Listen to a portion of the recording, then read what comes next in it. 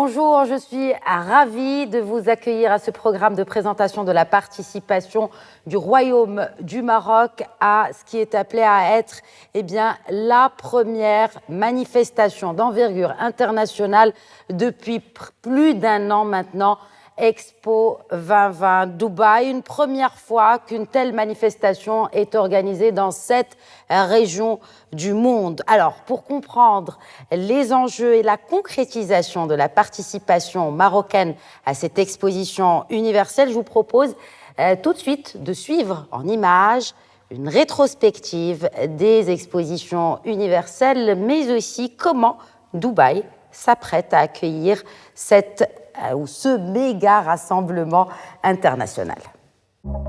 Londres 1851, première exposition universelle, une vitrine sur les savoirs et les progrès de la science et de l'industrie. Et depuis, à chacune des éditions, les expositions universelles ont présenté à de grandes innovations technologiques, culturelles et architecturales. La prochaine édition de ce grand événement se tiendra à Dubaï, du 1er octobre 2021 au 31 mars 2022. Il s'agit de la première exposition universelle jamais organisée dans la région du Moyen-Orient, Afrique et Asie du Sud. Dubaï a investi 40 milliards de dollars dans des grands projets d'infrastructure, dont le site d'exposition qui s'étend sur 438 hectares, l'équivalent de 900 terrains de football. Plus de 190 pays, un record, y participeront sur le thème « Connecter les esprits, construire le futur » pour inviter toute la planète à s'engager ensemble à rendre le monde meilleur. Un thème général et 3 sous-thématiques déclinées en districts sur le site de l'exposition. Durabilité, mobilité, opportunité. Chaque pays disposera de son propre pavillon. Au cœur du site, un joyau architectural, El Wasl Plaza, couvert d'un dôme de 130 mètres de diamètre qui culmine à 67 mètres du sol. Un lieu de rencontre, mais aussi un concentré d'innovation technologique. 6 mois durant, les regards du monde entier seront tournés vers Dubaï, qui va offrir aux 25 millions de visiteurs attendus tout un programme d'animation et d'expérience pour envisager le futur de l'humanité. Ensuite, le site sera réaménagé et 80% des bâtiments réutilisés pour devenir District 2020, une cité du savoir et de la recherche. La participation du Maroc à Expo 2020 Dubaï est donc une opportunité à ne pas manquer pour le Maroc. Elle va permettre au Royaume de promouvoir ses talents, son patrimoine et sa vision de l'avenir. Bonjour Nadia Ftah Alaoui. Bonjour. On rappellera que vous avez donc été nommé en avril dernier par Sa Majesté le Roi Mohammed VI Al Nasrou en tant que commissaire général de la section marocaine à l'exposition universelle Expo 2020 Dubaï. Une grande responsabilité, mais on sent que cela vous réjouit. C'est un très très beau challenge. Je suis ravie de la confiance royale et je rejoins une équipe qui travaille d'arrache-pied depuis déjà 2 ans et demi pour porter un projet fabuleux pour notre pays. Et nous avons également un membre de cette équipe, Tariq Walalou, l'architecte du pavillon marocain à l'Expo 2020 Dubaï. Bonjour Tariq Walalou. Bonjour. C'est un peu votre bébé qui verra le jour bientôt. Absolument. Et ça a été d'abord une très grande fierté de pouvoir incarner ce projet. Et je dois dire une délivrance de le voir presque achevé. Nadia Ftah Alaoui, en quoi la présence du Maroc était-elle importante dans une exposition universelle ? Les expositions universelles, ça a toujours été une formidable occasion pour les pays du monde entier de se rencontrer et un rendez-vous planétaire pour que les citoyens du monde, en toute harmonie, parlent d'avenir et de progrès communs. Le Maroc a une tradition de participer aux expositions universelles, et ce depuis 1867 à Paris. Et depuis lors, le Maroc a participé à 20 expositions universelles. Donc, sous l'impulsion de Sa Majesté le Roi Mohammed VI, notre pays a toujours prôné des valeurs d'ouverture, de modération, de tolérance et de dialogue avec toutes les cultures et les civilisations du monde. En participant à cette exposition universelle, nous traduisons donc notre engagement et notre mobilisation inconditionnelle pour travailler en faveur de relever les défis mondiaux, en fait, comme l'a souligné Sa Majesté lors de l'exposition universelle à Milan en 2015. Donc, Dubaï 2020, tout particulièrement, va constituer un temps fort pour le Royaume, pour avoir une expression sur la scène internationale et pour promouvoir tous les talents marocains, quelle que soit leur forme. La participation du Maroc, elle va veiller à valoriser l'image d'un pays moderne, un pays en mouvement, engagé, qui œuvre pour les générations futures et qui va aussi aider à renforcer l'attractivité économique, commerciale et touristique de notre pays. Je rappelle également que l'Expo 2020 à Dubaï sera l'un des tout premiers événements de rassemblement d'envergure au niveau mondial après cette pandémie que nous vivons depuis 1 an et demi. Il est important que le Maroc soit présent avec 190 autres pays pour montrer sa vision singulière d'aborder sereinement mais de façon engagée un avenir durable et apporter sa contribution avec l'ensemble des pays du monde pour sortir, j'espère, rapidement de cette crise. Et justement, en plus de cette gestion de la crise Covid-19, en participant à cette Expo 2020 Dubaï, quel est le signal, Madame la Commissaire Générale, quel est le signal que nous envoyons, nous, en tant que Marocains, au reste du monde, en participant donc à cette Expo ? D'abord, il y a la conjoncture. On ne peut hélas pas oublier que nous avons et nous traversons encore une pandémie. Donc, c'est le retour aux grands événements mondiaux. Et en participant à cette exposition universelle, le Maroc inscrit dans sa présence dans un événement qui se veut l'événement le plus sûr du monde. Et on lui souhaite tout le succès du monde après cette pandémie, donc, où le monde entier a besoin d'en sortir. Mais oublions leur conjoncture. Ce qui compte surtout, et ce qui a animé notre volonté de participer activement à cette exposition universelle, c'est clamer notre foi en l'avenir, avec une approche volontariste et responsable qui est inspirée par nos héritages. Et c'est important de rappeler cela parce que notre stratégie de présence a été pensée autour d'un thème majeur, un thème central, héritage pour l'avenir. Donc il s'agit pour nous de rappeler à quel point le Maroc est fier de ses origines qui ont forgé notre identité. Je n'ai pas besoin de les rappeler, mais je vais quand même les rappeler. Nos origines en termes de patrimoine, de valeurs, de grands hommes, de femmes remarquables, de ressources naturelles et notre position géographique qui est vraiment privilégiée. C'est aussi un moment fort pour diffuser la vision de progrès de notre pays sous l'impulsion de Sa Majesté le roi Mohammed VI et comment le Maroc est déterminé à transmettre à des générations futures dans notre pays, mais aussi au reste du monde, toute sa contribution à un développement inclusif, économique bien sûr, mais surtout humain et social. Nous voulons véhiculer notre attachement à la notion de durabilité qui nous pousse à transformer les multiples opportunités de notre pays en réalisations tangibles. Donc c'est l'histoire d'un Maroc en mouvement, un Maroc en développement qui se réinvente, qui se transforme pour s'adapter durablement et apporter des réponses aux grands défis de l'humanité d'aujourd'hui et de demain. C'est ça que nous allons défendre ensemble à Dubaï. Ce pavillon marocain, on peut le dire clairement, il est plutôt bien positionné, puisqu'il est mis en exergue, il se situe à côté de celui du pays hôte, donc les Émirats arabes unis. Je vous propose d'ailleurs à présent de suivre ce témoignage de Ahmed Al-Khatib, qui est en charge du développement et de la réalisation de cette Expo 2020 Dubaï. Ladies and gentlemen, I hope you are doing well and are all in a good health. From Dubai, here is my message to Morocco. Here at Expo 2020, each pavilion is unique and tells a story that reflects the values of the country it represents. The Morocco Pavilion is no exception to this role. It expresses Morocco's uniqueness with power and dignity. Located next to our country's pavilion, the UAE, in the heart of the Opportunity District, the Morocco Pavilion is a must-see during Expo 2020 and beyond.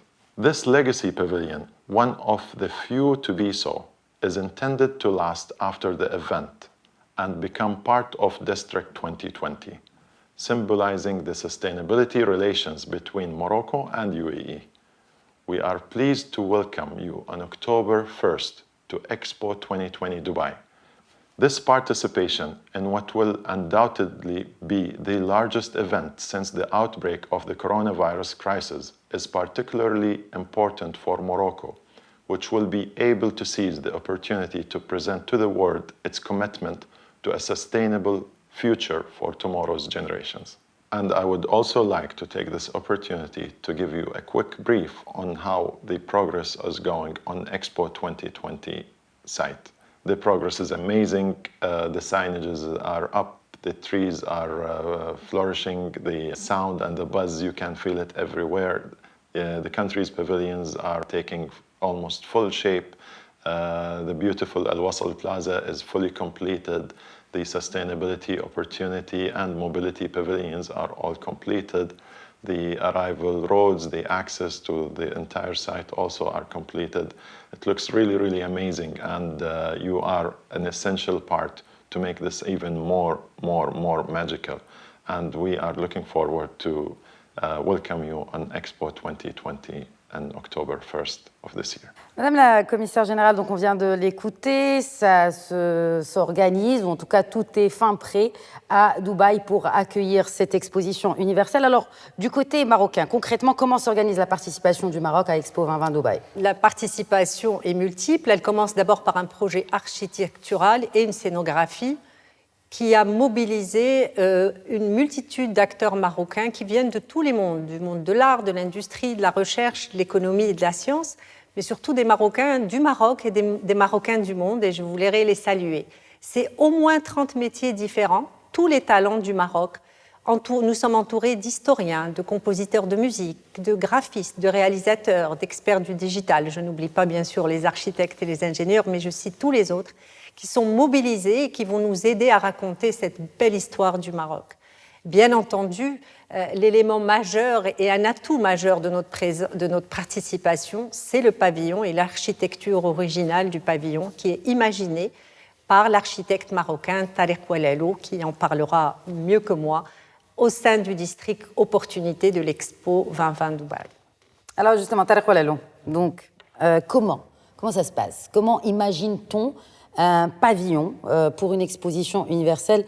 Et bien sûr, comment imagine-t-on un pavillon pour le Maroc? Le Maroc a toujours participé aux expositions universelles et au fond, ce qui est intéressant, c'est de se poser la question de quelle est sa contribution, quelle conversation il peut apporter dans ce concert des nations. Et une des choses qui est très puissante, très prégnante, c'est que les expositions universelles ont toujours été un lieu d'expérimentation. Et le Maroc a toujours eu au cœur de sa tradition la modernité. Et on a essayé ici de proposer non seulement l'idée d'un Maroc très ancré dans sa tradition, mais qui regarde l'avenir avec gourmandise. Et donc, tout ce qu'on a voulu proposer ici, c'est une interprétation, une incarnation de l'expérience de ce que l'on peut vivre quand on est au Maroc, sans être dans simplement une représentation peut-être un petit peu folklorique. Donc, au fond, ici, ce qui nous importe, c'est de dire que le Maroc est un des grands théâtres où l'on peut inventer la présence de l'humanité dans le monde. C'est le sud du nord et c'est le nord du sud. Dans un pays où on a une multitude d'expériences, de civilisation, d'expérimentation, de matérialité, d'incarnation, il faut choisir une chose. On ne peut pas tout raconter. Alors vous avez choisi quoi, justement? On a essayé de mettre en avant à la fois la très grande tradition du Sud, qui nous relie à l'Afrique, la construction en terre, pour une raison très simple. C'est qu'à la fois, elle est très ancrée au Maroc et que c'est aujourd'hui une des matérialités qui est, au fond, celle qui est la plus recherchée, puisque tous les grandes entreprises de béton s'intéressent à la terre. On a essayé de montrer que l'on pouvait inventer au Maroc une nouvelle manière de construire dans une matérialité très ancienne. Alors, parlez-nous davantage justement de ce concept architectural du pavillon Maroc Expo 2020 Dubaï, et surtout, parce que vous avez évoqué cet élément de la terre, est-il présent dans tous les passages de ce pavillon? D'abord, ce qui est fondamental, c'est qu'on a voulu ne pas tricher. On n'a pas voulu représenter quelque chose, on a voulu faire quelque chose. Donc, ce n'était pas l'idée de la terre, c'est la terre elle-même. Et je pense que c'est ça qui parle du Maroc. C'est une expérience réelle, vécue et puissante, à la fois sensuelle, matérielle et incarnée. Donc, le pavillon a été imaginé autour de 4 notions très simples. La première, c'est de parler non pas d'une chose, mais d'une multitude de choses. Ce n'est pas un bâtiment, c'est un tissu, c'est un village. C'est un village de terre qui est une réminiscence des constructions de l'Atlas. Donc, c'est 22 bâtiments qui sont une agrégation qui s'accrochent les uns aux autres. La deuxième, et qui nous paraissait très importante, c'était de parler de l'ensemble des écosystèmes. Peu de gens connaissent la grande diversité géographique du Maroc. Donc on a fabriqué une dizaine de paysages qui vont du sud vers le nord et qui permettront à l'ensemble des visiteurs d'aller du désert aux plaines du Rarb, en passant par les côtes atlantiques, la Méditerranée, de faire le tour de cette très, très grande diversité géographique. La troisième notion très puissante pour nous, c'était de dire qu'au fond, on allait vivre le long d'une déambulation qui ressemblerait à ce qu'on vivrait en traversant une ruelle de Medina al-Qadima. Ce n'est pas simplement le fait que ce soit une grande rampe qui descend du bas vers le haut, c'est le fait qu'on rentre de manière accidentelle dans les pièces et qu'au fond, c'est presque un labyrinthe. Et pour moi, ce qui était important, c'est de raconter cette expérience. Et la dernière notion, c'est Oustdar, l'intériorité, et que cette intériorité elle soit partagée avec le monde entier d'Expo. Parce que le patio que l'on fabrique à l'intérieur du pavillon, on l'offre à l'ensemble des participants. Il est traversable, il est utilisable pour les gens qui visitent le pavillon ou pas. Et cette générosité de l'espace public qui rentre à l'intérieur du pavillon nous paraissait importante. Si vous nous rapprochez, vous m'avez fait rêver, vraiment. Vous m'avez transporté dans ce pavillon en décrivant un peu l'esprit de ce pavillon. Mais si vous deviez nous rapprocher davantage avec du concret, des chiffres, Tariq Oualalou. Alors, d'abord, après le pays hôte, c'est le plus grand pavillon qui est fabriqué. C'est le bâtiment le plus haut.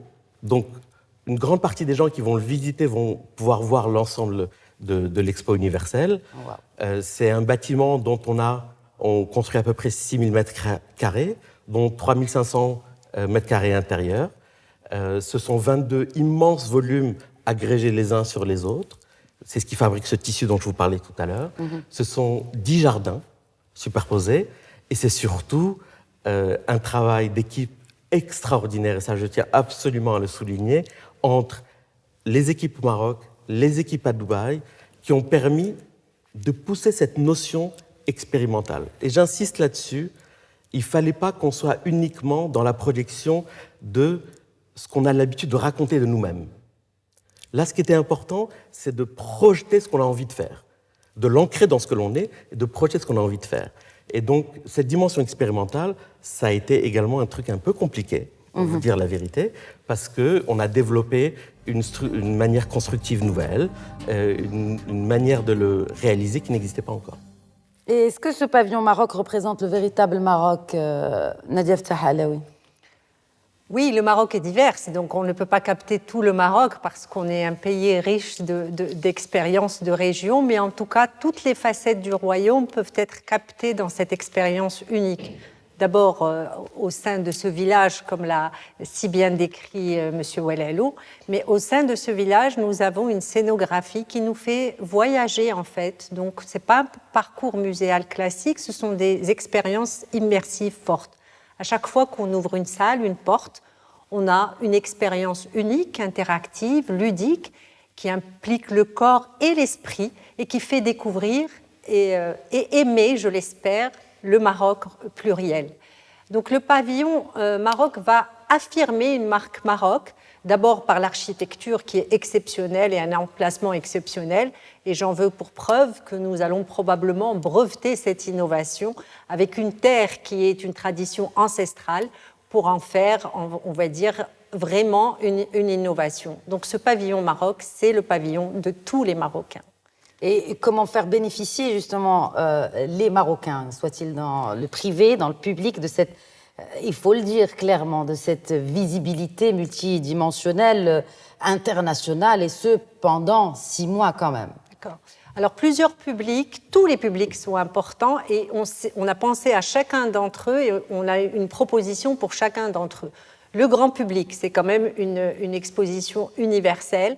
Donc ceux qui auront la chance d'être là seront invités, incités par en plus une localisation unique. Ceux qui ne le sont pas, on partagera avec eux en permanence les préparatifs et la présence via des médias et les réseaux sociaux. Ensuite, il y a les institutions publiques et le monde de l'entreprise. C'est une occasion extrêmement importante. beaucoup d'orientation B2B. Alors, ce qui est important, c'est que les Marocains ont fait des progrès colossaux dans beaucoup de choses, nos infrastructures, notre industrie. Pendant la crise, on a innové. C'est le moment de le faire savoir au monde. C'est aussi très important pour le B2B parce qu'on est, comme vous le rappeliez, pour la première fois, une exposition universelle se tient dans cette partie du monde. Donc, nous allons nous ouvrir sur, on va dire, des pays ou des régions qui nous connaissent moins bien. Donc, là aussi, c'est une occasion unique. Et ensuite, nous allons pouvoir également mettre en avant ce que M. Louelelo a rappelé également, notre ancrage africain et aussi notre localisation, on va dire, unique. Et dans des moments très importants, je vais pas tous pouvoir les citer, mais je voudrais par exemple expliquer que le Global Business Forum Africa, qui va se tenir mi-octobre, c'est un moment pour le Maroc, parce que nous avons un ancrage dans l'Afrique, ça fait partie de notre héritage, mais aussi de notre ambition, et ça sera un moment extrêmement important pour tous les partenaires d'en faire une vitrine pour ce qu'ils font et ce qu'ils ont envie de faire encore. Quels sont les autres moments forts, Madame Ftah Halaoui? Qu'est-ce qu'on doit retenir, les moments clés de ces 6 mois de la participation marocaine à cette Expo 2020 Dubaï? Alors, si je devais les résumer, trois choses très importantes à retenir. La première, c'est l'exposition permanente. Donc, on rentre dans ce très beau pavillon, on découvre une scénographie à travers plusieurs salles pour être, on va dire, surpris à chaque fois par une image du Maroc, une réalisation du Maroc, qu'elle soit liée à nos héritages, à notre présent ou à notre avenir.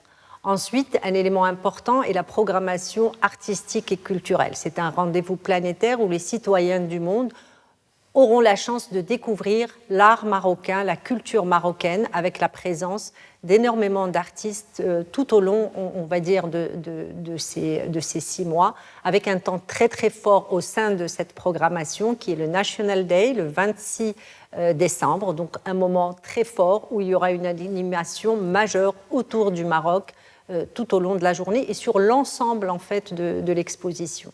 Et enfin, une programmation économique et scientifique. Donc, l'Expo 2020 a organisé 11 semaines thématiques. Nous nous inscrivons de façon massive sur les 11 semaines, mais nous avons également d'autres moments où nous voulons participer, notamment le Golden Jubilee qui va marquer les 50 ans de la Fondation des Émirats. Nous tenons à témoigner, à participer.